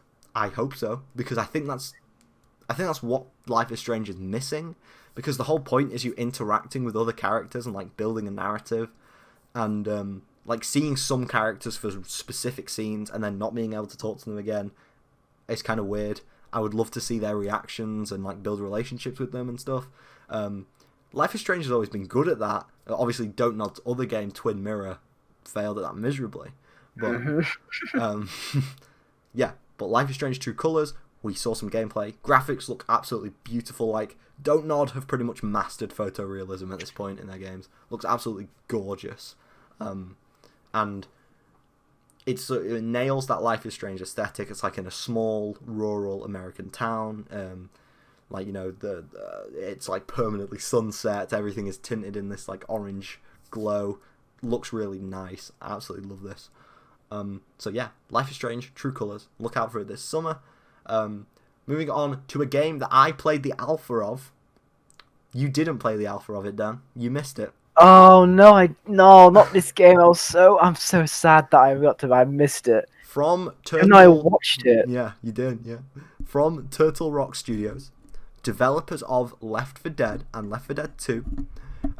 This game, Back 4 Blood. It got a really huge chunk of gameplay in the Future Game Showcase. Very long gameplay trailer. Looks amazing. Like, I played the alpha. It doesn't look that much different. It does still look to be in alpha stages. Like, they haven't moved into beta yet. But but the game ran really smoothly in alpha. Like, apart from the infamous ladder, like everyone knows about the ladder, that just insta kills you when you try and go down it. Of course, a staple of Back for Blood. Exactly. They did show someone going down the ladder in the trailer, like just to prove that they'd fixed it. There was like there was like a full shot of someone climbing down. Okay, thank God. Extended gameplay looks really cool. Can't wait for this. I haven't played Left 4 Dead since it was on like the PS3 back in the day. The alpha was great. Super excited for this game. But there is a flip side. This game has been delayed. Because, no! And it was originally meant to come out on June the 12th this year. It is now slated to come out on October the 20th this year. Massive. That isn't too bad, though. It could have been a year. It could have been a year, though. Could have been a year. But this is like... I'm happy because they recognise that they're not where they need to be in the development process. They are behind. So they're taking this time to really... Like, instead of releasing the unfinished game, cough, cough, Cyberpunk 2077, instead of releasing a game that isn't done just because fans want it, they're actually taking the initiative and they're actually making a game. Yes, and I'm perfectly fine with that as well. Yeah, Back 4 Blood hits all consoles... except Stadia, obviously, and Switch. All consoles except Stadia and Switch. Stadia, just why? Hits, There's no point in you. Yeah, there's no point. It hits in October, so look out for that. We're gonna keep with release date news. A pushback that I was pretty sad about, to be honest, but not many other people will be because not many people know about this game. The grand strategy game, Humankind. Whoa, I haven't heard of that. Yeah, it was announced at the Game Awards. So I am not a big fan of grand strategy. There are like 2 or 3 grand strategies that I enjoy. But this game actually looked good. So basically it's a grand strategy, but you have to coach the human race from like cavemen, like monkey men, all the way to the far future. Like, all the way into, like, spaceship, like, space exploration stuff. So it's the entire stretch of humanity. Looks amazing. Like, I'm all for that. Like, it's literally all... Like, as soon as I was, like, got into games like Stellaris or Europa Universalis... Civ 6. I've got the game. Haven't even launched it yet. But you're too scared. I'm too scared, yeah. I've wondered, why isn't there a game that just goes through the entire of existence? Because that would be really cool. And this game is happening. We've had the monkey game with that. I can't remember what exactly it was. What it was called. Yeah. We haven't had Monkey Become Man. Yeah, but we get to see Monkey Become Man in Humankind. A new game by the director from the directors of Heavy Rain and Detroit Become Human. Monkey Become Man. But yeah, that was originally meant to come out in a couple of weeks, I believe. Oh, wow. But it has been delayed until August 17th, so not a huge pushback. August, that's not fine. A huge pushback, but yeah, we will have to wait to get our hands on it. But if you didn't know about this game, definitely check it out. It looks fun. Moving on, still release dates. This is a good one though. I mean, for some people. Halo Infinite. One of the voice actors who wished not to be named says that the game is definitely launching in November 2021. So much sooner than I thought, to be perfectly honest with you. Yeah. And yeah, Halo Infinite. Whatever you think of it, whatever anyone thinks of it. I'm hoping. Yeah, fingers crossed. I have my fingers crossed. But yeah, Halo Infinite, November 2021. All we can do is wait. Yeah, all we can do is wait until this point. I would not be surprised if they didn't show any new gameplay, because it is inevitably going to be met with a negative response, even if it does look good, because that's just the image the game has at the moment. So they're just gonna. I would assume they'll just wait to release it. Moving on to a little bit of Half-Life news. A spokesperson from Valve has said that Half-Life Alyx, the game that came out, a year or two ago, marks the end of the series' narrative limbo. Now, the narrative limbo that he is referring to is, of course, the fact that no new game was released for years. And since it marks the end of this limbo, that implies that there's more to come. So, of course, the internet is going crazy. Half-Life 3. No, we've got Half-Life Alyx 2, or whatever it was, where you go as Gordon Freeman because the timeline's been messed up by Alex. Which I can't wait to see how that goes, because you actually play as Gordon this time. Which Half-Life Alyx was a great game anyway. Yeah, it was but good. I can't see what they do with its sequel, because that'll be pretty cool. Because I feel like now they're like, okay, we're going to stray a bit from the original Half-Life 1 and 2. We're going to make our own stuff now, because it's different. Because it's a different thing now, and I like that. I like that. Yes, cashing in on Half-Life 3. Yeah, pretty much. Some Resident Evil news that will make you laugh. It will make you laugh.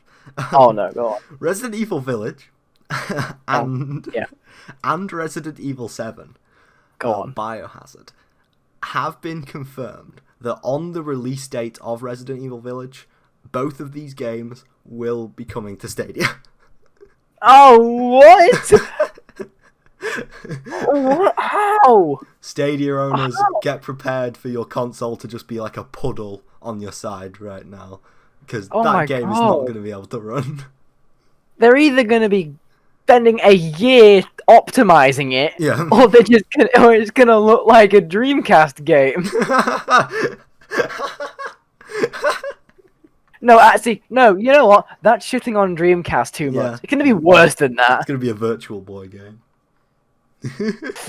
Yep, that's more like it. That is more like it. Yep. So Resi 8, which looks to be one of the most graphically impressive games of all time, is coming to Stadia, which is the console with the least graphical processing power, and that includes the Nintendo Switch. Somehow. Yeah. Somehow the Stadia lost over a portable console. Yeah, handheld. Come on. Why even bother? I prefer the term portable console, but it's useless. It's useless without it being docked, I guess. But yes, that's all the gaming news we have. Some good, some bad, some just weird. Why is Resi 8 coming to Stadia? You know what? Yeah. Moving on to a little bit of anime news, we have got the announcement of a new anime. This is basically only for you, Dan. This is a new anime from Studio Shaft, who are the studio behind the Monogatari series. Ooh! I mean, it's both good and bad, because this anime looks good, but this also means that, we won't have another Monogatari series in 2021. They're not going to be. They might not be doing the side stories. No, that's a shame. But this anime, Pretty Boy Detective Club. I think I've heard of this. Yeah. The manga apparently the manga's really well received. Haven't read it. Yep. But it looks to be funny. It looks to be like one of those. It looks to be like Monogatari, one of those just silly comedies, but there are serious moments in it as well. Yeah. I think we did go on to a thread of finding out that they are also responsible for that. Yeah. I believe. So it's interesting. It's actually going to be an anime out of it now. So it's cool. And Shaft, obviously brilliant animation. You just watch the Monogatari series, I mean, you can, but just be prepared. All I'm saying. So that's cool. We'll have to see. There was a new trailer which featured the ending song. It's pretty cool. Sounds okay. Nice. So moving on to a piece of news that's only for me. From the SSSS Gridman universe. Okay.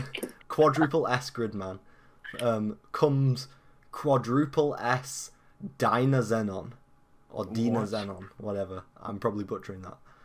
It's a new anime has just gotten a release date. It's dropping on April the 12th on Funimation. This is a mecha anime. It's a sequel to Gridman.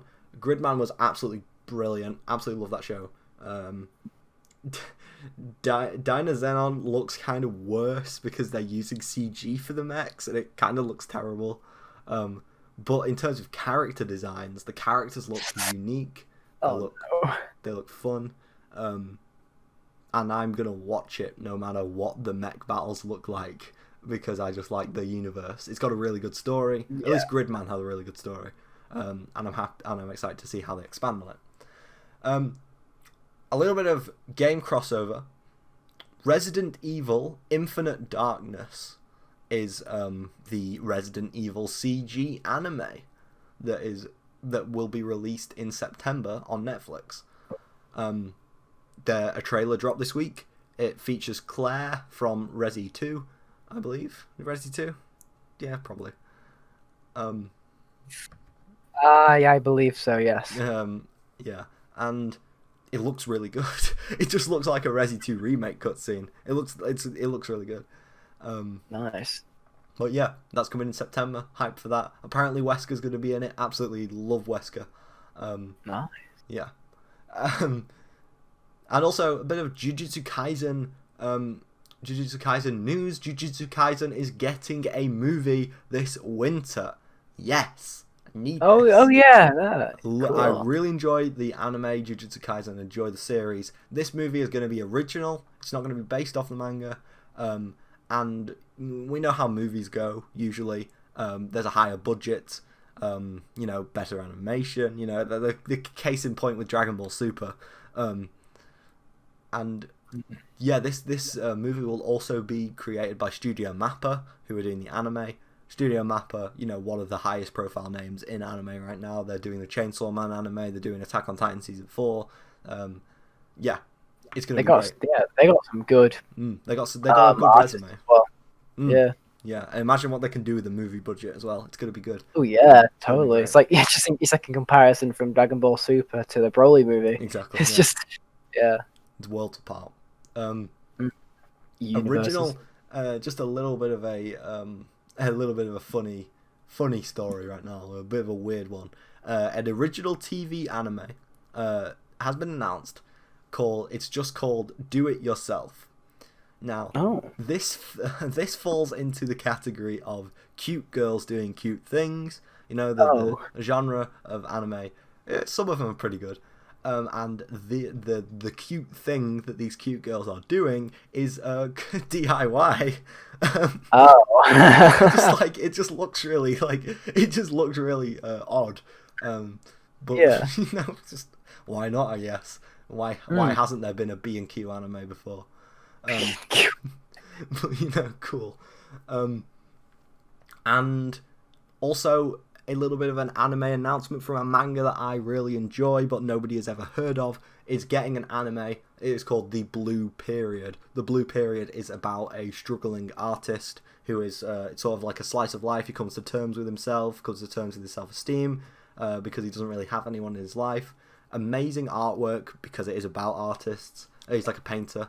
The art is absolutely brilliant. It's getting an anime. Nice. Can't wait. Nobody knows about this, and hopefully the anime will give it like more fans because it deserves it. Nice. And just to finish off our anime section with just a tiny small story. My Hero Academia has obviously season 5 comes out today, Sunday, the day of this recording. I'm not going to watch it. No. But My Hero Academia, the official Japanese YouTube channel for the show, has put out something like a message promoting anti-piracy, and it's like, don't pirate this series, and it's bold of you to assume that I will pay money for My Hero Academia. Bold of you to assume I'll pirate it anyway. Yeah. It's really funny to hear like all the voice actors saying don't pirate our show when like they know that that's how you watch anime. They know 90% of anime watchers don't pay for don't pay £15 a month for Crunchyroll. Like, come on. Either that, or it's either they pirate it, or they steal the account from one of their friends who Exactly. actually Yeah, bought you know it. how it goes. It's one of three. Yeah. Yeah. So, moving on to our a short bit of movie and TV news. Obviously, the big thing in movies this week was the Suicide Squad trailer dropped. Oh yeah. New. Well, yeah, it's kind of a remake of the 2016 flop. Let's put it that way. Well, it's like it looks similar to Zack Snyder's Justice League, and it just looks better. It just looks better. Yeah. So, yeah, very excited to see what they do with doesn't that. like they're obviously not going. They're not trying to make it like the greatest film of all time, and I respect them for that. You know, they know what it is. It's just like a fun, goofy comedy. Yeah, it looks like they've embraced that it's a joke. Yeah, exactly. Problem with the original is that they took it too seriously. Yes, completely. But with this, you literally have multiple jokes in the trailer. The character interactions look amazing. Yes. So I can't wait to see what they actually do with it, because it just looks fun. It looks fun to watch, and that's the main thing. If it's not fun to watch, then why watch it? Exactly. So, speaking of Snyder Cut, there's a little bit of Snyder Cut news. Since the movie's release on last Thursday, fans have tweeted hashtag Restore the Snyderverse over 1 million times in over a week. Over a million tags with this hashtag. Obviously, Restore the Snyderverse, going off the fact that Zack Snyder's Justice League still technically isn't canon in the universe, and you know, people want a sequel to this because obviously it's sequel bait so hard, and they just want DC to get rid of Justice League, which I understand. But yeah, hopefully they'll listen. Please listen for once. Please listen. Yeah. We need this. Like, even if you think, but it'll just be more work in having to make this one canon, you'll make so much more money if you go off. You will. They will make an insane amount of money. It's just reminding me of the Snyder Cut. It's oh my god, just absolutely adore that film. It's so good. Like a little bit of TV news. A new Netflix series about serial killer Jeffrey Dahmer, who if I'm obviously not gonna detail Jeffrey Dahmer because of YouTube and stuff, but yeah, if anyone doesn't know what he's done, look it up. It's quite an interesting rabbit hole. But this series about him will star Evan Peters as a younger Jeffrey Dahmer. Evan Peters, of course, being the X-Men version of Quicksilver, who appeared in the X-Men movies and more recently in WandaVision. I think he's a good fit. Like, there are some stills of the show. It looks alright. I just love Evan Peters. He's a good actor, so I'm hyped for this series. And and we're gonna end our news and this episode on 3 bits of video game movie news. We talked a bit about Resident Evil, the anime that's coming, but we are talking about the Resident Evil reboot movie, the live action movie that is also coming. Obviously, Resident Evil has already had a film franchise, which is it's not great. We don't talk about the movies. Yeah, but this is a reboot, and it's called Resident Evil: Welcome to Raccoon City. So it looks like they're skipping the first game, and they're going straight to Resi 2, which is cool, you know. I would like to see a modern live action Resi 1, because I do think that like closed off sort of atmosphere would be good as a horror film, but you know, I'm not making the movie. What do I know? I'm just some random guy on the internet. Yeah. Also, Ghost of Tsushima is getting a movie. Hell yeah! And the director of this recently announced Ghost of Tsushima movie is Chad Stahelski, who is the director of the John Wick films. Ghost of Tsushima. Oh yeah. Directed by John Wick. Not Hell by John yeah. Wick, but by the By director of John Wick. From Fortnite Of course. is directing the Ghost of Tsushima movie. That is very hype inducing. That That sounds really Ghost cool. of Tsushima is a brilliant game, and It's so good. the action will definitely be brought to life by by Mr. He'll do it Chad. justice in that. Yeah. He'll do it justice in that. And ending off on some news about the Mortal Kombat movie, which is coming out in April. Nice. Just around the corner. I can't wait for it. Good or Neither. bad, it's going to be interesting. I do think it looks good though. I do think it looks pretty decent. I mean, that makes one of us. But the director says that the movie is pushing its R rating right to the limit. Hell yeah! Yes! They know what we want. Yeah. They know what we want. I better see like 1-to-1 recreations of those fatalities. Oh yeah! If they like the franchise, Yeah. which it looks like they have, which it looks like they do, Yeah. based off like what we can see in the trailers, Yeah. then I could see them doing something similar to that. Which, yeah. oh yes. So that concludes our news segment. So that concludes our episode 17 of the Weeb Couch podcast. We're in so deep now. 17 episodes in. We are in deep. Thank you, as always, for watching, everyone. Make sure to leave a like, subscribe, all that stuff. Make sure to get in touch on Instagram or via email if you have something in particular you want us to cover. Any of the categories we've already covered. If there's like an interesting news story that might have missed, because obviously the Future Games Showcase took a lot of the limelight this week. But if there's like something I haven't mentioned, then we always like to be to be kept up to date. And yeah, that concludes it. This was a good episode. There's a lot of good stuff here, a lot of good stuff that you should definitely check out along the road.